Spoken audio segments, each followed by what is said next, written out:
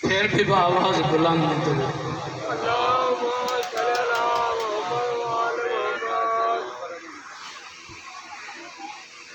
اعوذ باللہ من الشیطان الرجیم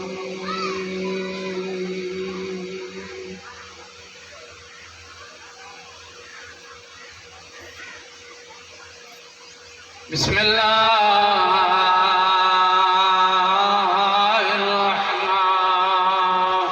الرحمن الرحیم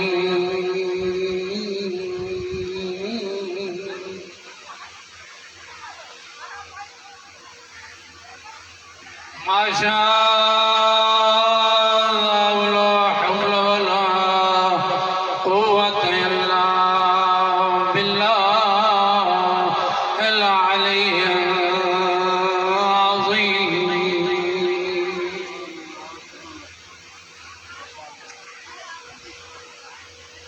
اللہم مالک الملک تؤتی الملک من تشاء وتنزع الملك ممن تشاء وتعز من تشاء وتذل من تشاء بيدك الخير إنك على كل شيء قدير آواز بلند صلوات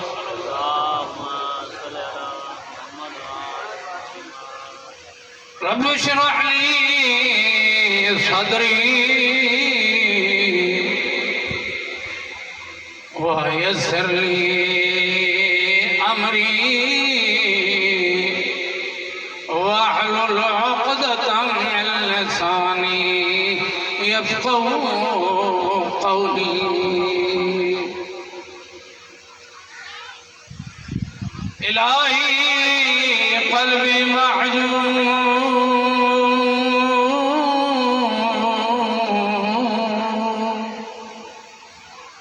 ونفسي معيوب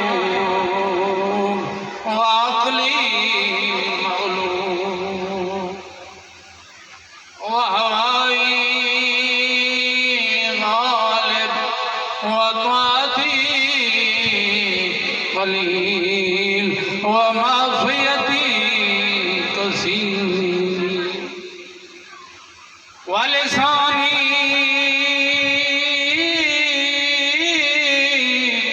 مقر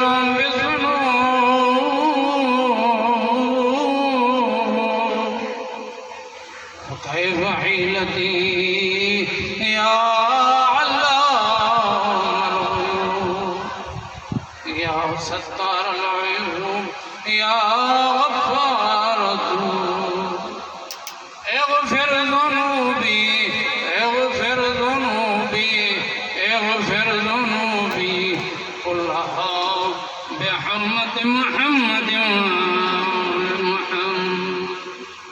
يا غفار يا غفار برحمتك يا ارحم الراحمين آواز بلند درود بہت بڑی عبادت ہے سارے مل کے آواز بلند واحد درود ہی ہے جس میں اللہ کی ذات شریک ہے اور اللہ بھی درود بھیجتا ہے آل محمد پہ بآواز بلند درود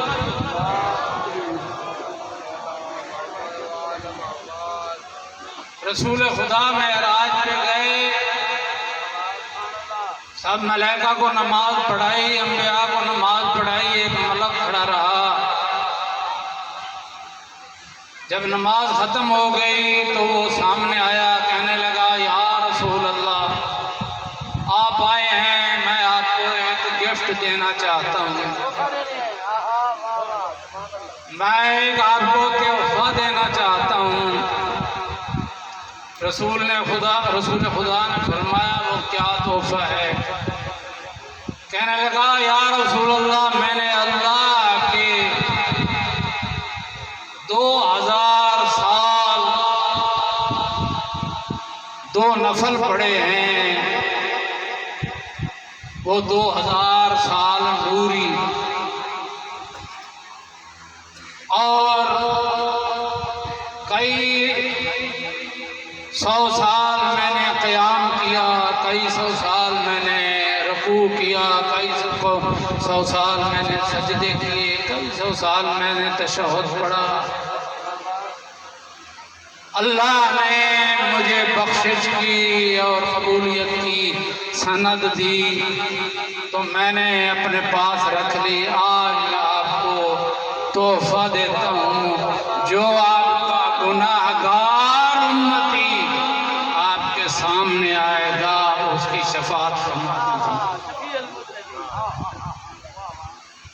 رسول خدا کے چہرے پہ جلال آیا.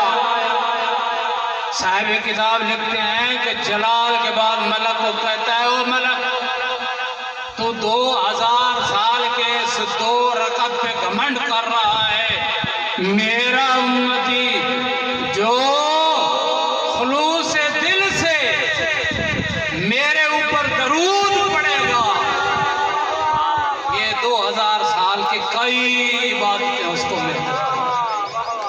اتنے بڑی عبادت کو آپ معمولی سمجھتے ہیں. جب بھی کسی امام کا نام آئے، کسی نبی کا نام آئے، کسی معصوم کا نام آئے، دل کھول کے بلند آواز سے درود پڑھا کریں. وہ امام سن رہا ہوتا ہے، وہ تمہاری شفاعت کرے. بآواز بلند. میری کسالت بھی ہے، بیماری بھی ہے، لیکن میں نے اپنے اوپر لازم سمجھا کہ ڈیوٹی امام صاحب کی ہر حال میں دوں گا. تو یہاں جو اکٹھے ہوئے ہیں، جمع ہوئے ہیں، اسے ہماری اصطلاح میں مجلس کہتے ہیں. شاہ جی کچھ نام ایسے کچھ شخصیتوں کے ساتھ مخصوص ہو جاتے ہیں کہ جب وہ نام لیا جائے تو اس شخصیت کا ذہن میں تصور ہے. ہم مانتے 14 معصومین کو، ہر کا یوم ولادت بھی مناتے ہیں اور یوم شہادت بھی مناتے ہیں، سب شہید ہوئے ہیں. لیکن جب بیٹھتے ہیں تو اس بیٹھنے کو مجلس امام حسین.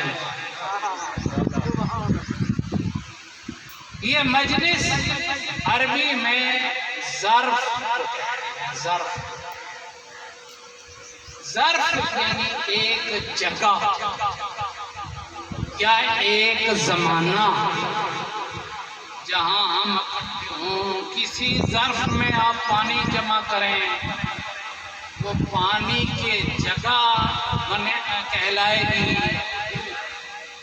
اور کسی چیز میں آپ کسی اور چیز کو جمع کریں تو وہ اس چیز کی جگہ کہلائے گی.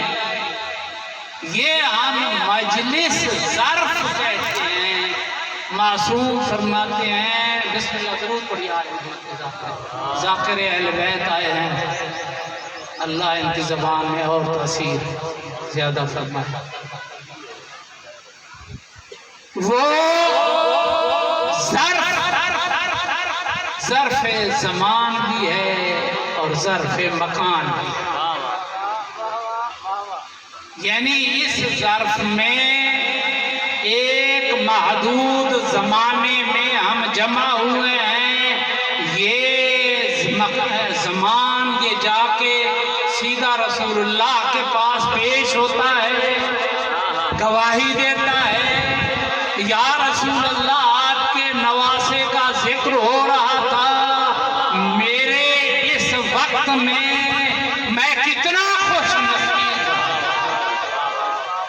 میں کتنا خوش نصیب ہوں. وہ اپنی خوش نصیبی پہ جو ہے وہ گھمنڈ کرتا ہے. پھر بھی آواز بلند درود ایک اور ذاکر اہل بیت ہیں اللہ تعالیٰ ان کی زندگی دراز فرمائے. آواز بلند درود پڑھیے. اللہم صلی علی محمد و آل محمد. جب رسول خدا سے اپنی یہ پیشکش کو پیش کرتا ہے کہ میں اتنا خوش قسمت ہوں, رسول خدا فرماتے ہیں دیکھ تیرے اس زمانے میں فقط وہی جگہ نہیں, اس زمانے کا چکر, اس ٹائم کا چکر لگا جہاں بھی ذکر حسین ہوا ہے مجھے بتا. وہ زمانہ کہتا ہے, رسول خدا کہتے ہیں جہاں بھی ذکر ہوا ہے اور جو جو اس میں ذکر میں شامل تھے خشوع و خضوع کے ساتھ, تماشبین نہیں عبادت سے. یہ مکان بھی پیش ہوگا لیکن یہ مکان رسول خدا کے پاس پیش نہیں ہوگا, یہ ہمارے صاحب العصر کے پاس پیش ہوگا. کہ یا صاحب الزمان, میری اس جگہ پہ تیرے جد کا ذکر ہوا تھا, اگر مجھ پہ کوئی وقت آیا ہو, کوئی گناہگار رہ گیا ہو اور میری شان میں کمی ہوئی ہو تو وہ میں اس ذکر کے طفیل وہ بخشش چاہتا, وہ بخشش چاہتا. یہ ظرف زمان و ظرف مکان یہ حسین کے ظاہری وجود سے پہلے بھی تھا. توجہ ہو میری طرف, تھوڑا سا وقت ہے. یہ رسول خدا صلی اللہ علیہ وآلہ وسلم کے زمانہ سے پہلے بھی تھا کہ جب آدم سے ایک لغزش ہوئی اور ہم اسے کہتے ہیں, اس لغزش کو کیا کہتے ہیں, گناہ نہیں کہتے, ترک اولا کہتے ہیں.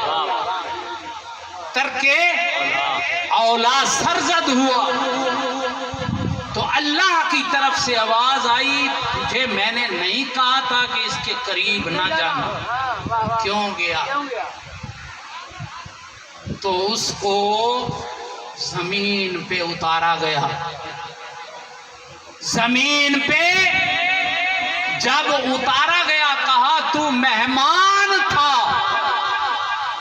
اتنی مدت میں جو تم نے کھایا وہ کھا لیا, لیکن جو تو نے پہنا ہے وہ جنت میں اتار کے جا.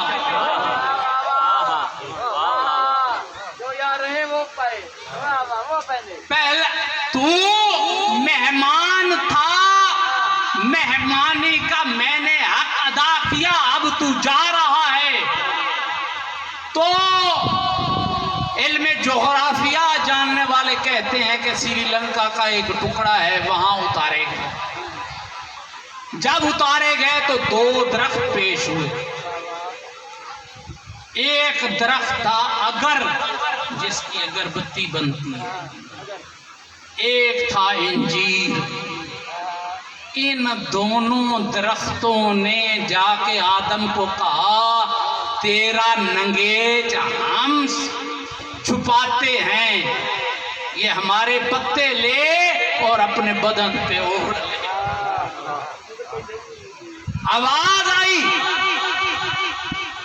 اے انجیر, اے اگر, میری اجازت کے بغیر. کہا بار الہ مہمان تو تیرا تھا. کہا میرا مہمان تھا, میں نے تمہیں حکم دیا کہ تم پتے پیش کرو. تو بار الہ ہماری معافی. کہا ایک کام میں معافی ہے, اگر تم ساری زندگی جلتی رہو گی لیکن تیرے اندر خوشبو ہوگی، اس لیے کہ تو نے میرے مہمان کی قدر کی۔ واہ واہ اور انجیر کو کہا کہ تیرے اندر شفا ہے لیکن تیرے اندر دوام نہیں ہے، دائمی نہیں رہے گی، تھوڑی مدت میں خشک ہوگی اور ختم ہو جائے گی۔